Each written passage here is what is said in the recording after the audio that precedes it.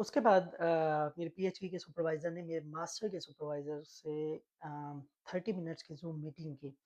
तो इसलिए रिकमेंडेशन जब भी दें अपने किसी भी पाकिस्तानी प्रोफ़ेसर की या अपने पेरेंट कंट्री के प्रोफ़ेसर की, तो बड़ी सोच समझ के दें कि वो आपको बहुत अच्छे से जानता हो। तो मेरा सुपरवाइज़र जो मास्टर का सुपरवाइज़र है उसके साथ मैंने बहुत अच्छा काम किया था, तो उसने बहुत अच्छे रिव्यूज़ दिए मेरे बारे में एंड उससे भी मेरा केस मच स्ट्रॉन्गर हो गया। उसके बाद इसलिए आप भी जब भी किसी प्रोफ़ेसर को रिकमेंडेशन लेटर में मेंशन करें या रिकमेंड करें, तो कोशिश करें ऐसे सुपरवाइज़र को करें जो आपको बहुत अच्छे से जानता हो। तो उसके बाद मेरे सुपरवाइज़र से मीटिंग के बाद उसने मुझे ईमेल की कि that I I have accepted you as a PhD student in my lab, now you can proceed with the university application. तो उसने फिर मुझे गाइड किया कि मैं कैसे यूनिवर्सिटी में अप्लाई कर सकता हूँ एंड उसके बाद उस इंटरव्यू के बाद मैंने यूनिवर्सिटी के पोर्टल पे अप्लाई किया यूनिवर्सिटी में एंड पे एप्लीकेशन फ़ीस। उसके बाद मेरा एडमिशन हो गया एंड एडमिशन कमेटी ने भी मेरा इंटरव्यू लिया था। पैनल जो इंटरव्यू होता है यूनिवर्सिटी का, वो जस्ट फॉर्मेलिटी होती है।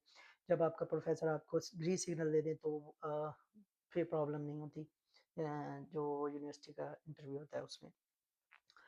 तो मेरा बेसिकली यहाँ पर जो मेरी फंडिंग हुई है वो है यहाँ पे नेशनल इंस्टीट्यूट ऑफ हेल्थ का प्रोजेक्ट है एनआईएच का। उसमें मैं as a graduate research assistant मुझे रिक्रूट किया है जो मेरे सुपरवाइज़र ने। तो उसके थ्रू मुझे फंडिंग मिली है। उस प्रोजेक्ट में मुझे फंडिंग जो भी स्टाइपेंड मिलता है या मेरी जो भी फीस वेवियर है यहाँ पर स्कॉलरशिप में, तो वो उसी पोजीशन की बेस पे है जो ग्रेजुएट रिसर्च असिस्टेंट हूँ मैं यहाँ पे एक रिसर्च प्रोजेक्ट में। तो उसके बाद यूनिवर्सिटी की एडमिशन के बाद अम, एक नया फ़ेज़ स्टार्ट हो गया। तो उससे पहले मुझे लगता था कि इट्स प्रीटी सिंपल कि जब एडमिशन हो जाता है तो कोई प्रॉब्लम नहीं होती, कि फिर तो आपके वीज़ा लगना बिल्कुल आसान है। I was thinking like that but that was not so simple कि ये बिल्कुल अलग जर्नी बन गई मेरे लिए। एक अलग फ़ेज़ था कि आई वाज़ हैप्पी कि अब मेरा एडमिशन हो गया, अब तो मुझे कोई नहीं रोक सकता, अब तो मैं चला जाऊँगा, ये है, वो है।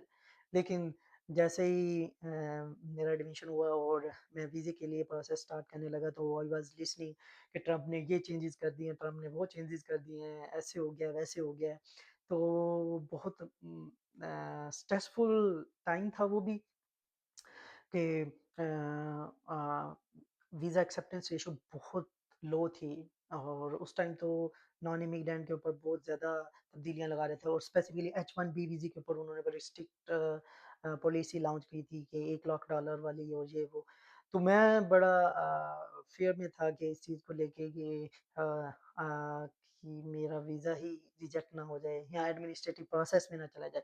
तो वीज़े में 3 कैटेगरीज़ है यहाँ पे यूएसए में वीज़े के लिए। या तो आपका वीज़ा एक्सेप्ट हो जाता है या आपका एडमिनिस्ट्रेटिव प्रोसेस में चला जाता है या वीज़ा रिजेक्ट हो जाता है। तो मुझे रिजेक्शन का भी इतना खौफ नहीं था, एक्सेप्टेंस का तो चलो खुशी हुई होगी ना। मुझे खौफ था एडमिनिस्ट्रेटिव प्रोसेस का। मैंने लंदन में बहुत सारे ऐसे बच्चे देखे थे जो कि 11-11 माह तक एडमिनिस्ट्रेटिव प्रोसेस में थे और स्टिल वो अभी वेट कर रहे थे।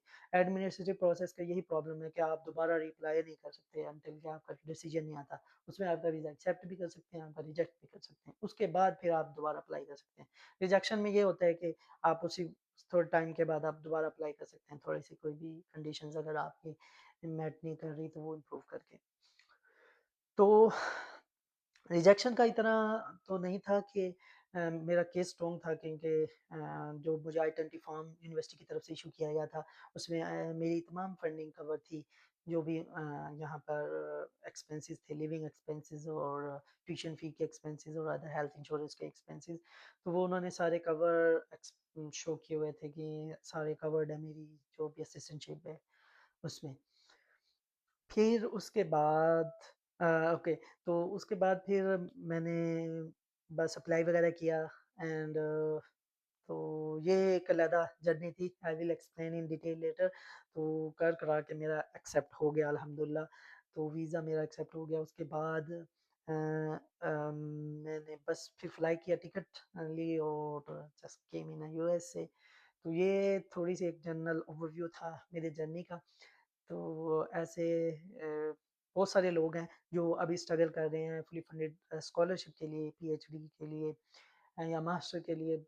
मेरे बहुत से अपने दोस्त हैं, मेरे क्लास फेलोज़ हैं, मेरे अपने स्टूडेंट्स भी हैं।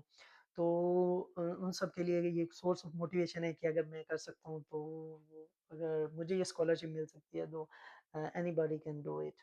तो बस ये कोशिश करें कि कभी भी हार ना मानें, बस भी कंसिस्टेंट और इधर-उधर की बातों में ना पड़ें कि लोग क्या कह रहे हैं, लोग क्या कर रहे हैं, तो ये आपको थोड़ा-सा स्ट्रेस में ले जाता है। कभी-कभी ऐसे भी होता है कि व्हेन यू विल सी कि कोई किसी की स्कॉलरशिप हो गई है, ख़ास तौर पे आपके अपने क्लास फेलोज़ की, तो कभी-कभी ऐसे होता है। मेरे साथ भी ऐसे हुआ है। मैंने बहुत सारे अपने क्लास फेलोज़ को स्कॉलरशिप पे जाते देखा, तो मुझे ऐसे लग रहा था कि पता नहीं मेरी मतलब मेरे अंदर क्या ऐसी डेफिशिएंसी है कि मुझे स्कॉलरशिप नहीं मिल रही and my friends are getting that opportunity and why I am not. तो ऐसे होता है, ये तो बिल्कुल नॉर्मल सा एक फेज़ है, सबको फ़ील होता है। तो बस इसमें ये होता है कि आप हार ना मानें, कंसिस्टेंट रहें और कोशिश करते रहें और बल्कि ज़ोर से कोशिश करें। ज़्यादा उसको सोर्स ऑफ मोटिवेशन बनाकर कोशिश करें कि yes if he can do it, मैं भी कोशिश करूँगा या तो मैं भी ये अपॉर्चुनिटी अवेल कर सकता हूँ। तो बस लगे रहें और हार ना मानें और हर नाकामी को अपने लिए एक सीढ़ी बनाएँ और इसी तरह आप सीढ़ियाँ चढ़ते-चढ़ते एक दिन कामयाब ज़रूर होंगे। और जहाँ भी मैं आपकी कोई मदद कर सकता हूँ, please reach out to me, I will get back to you.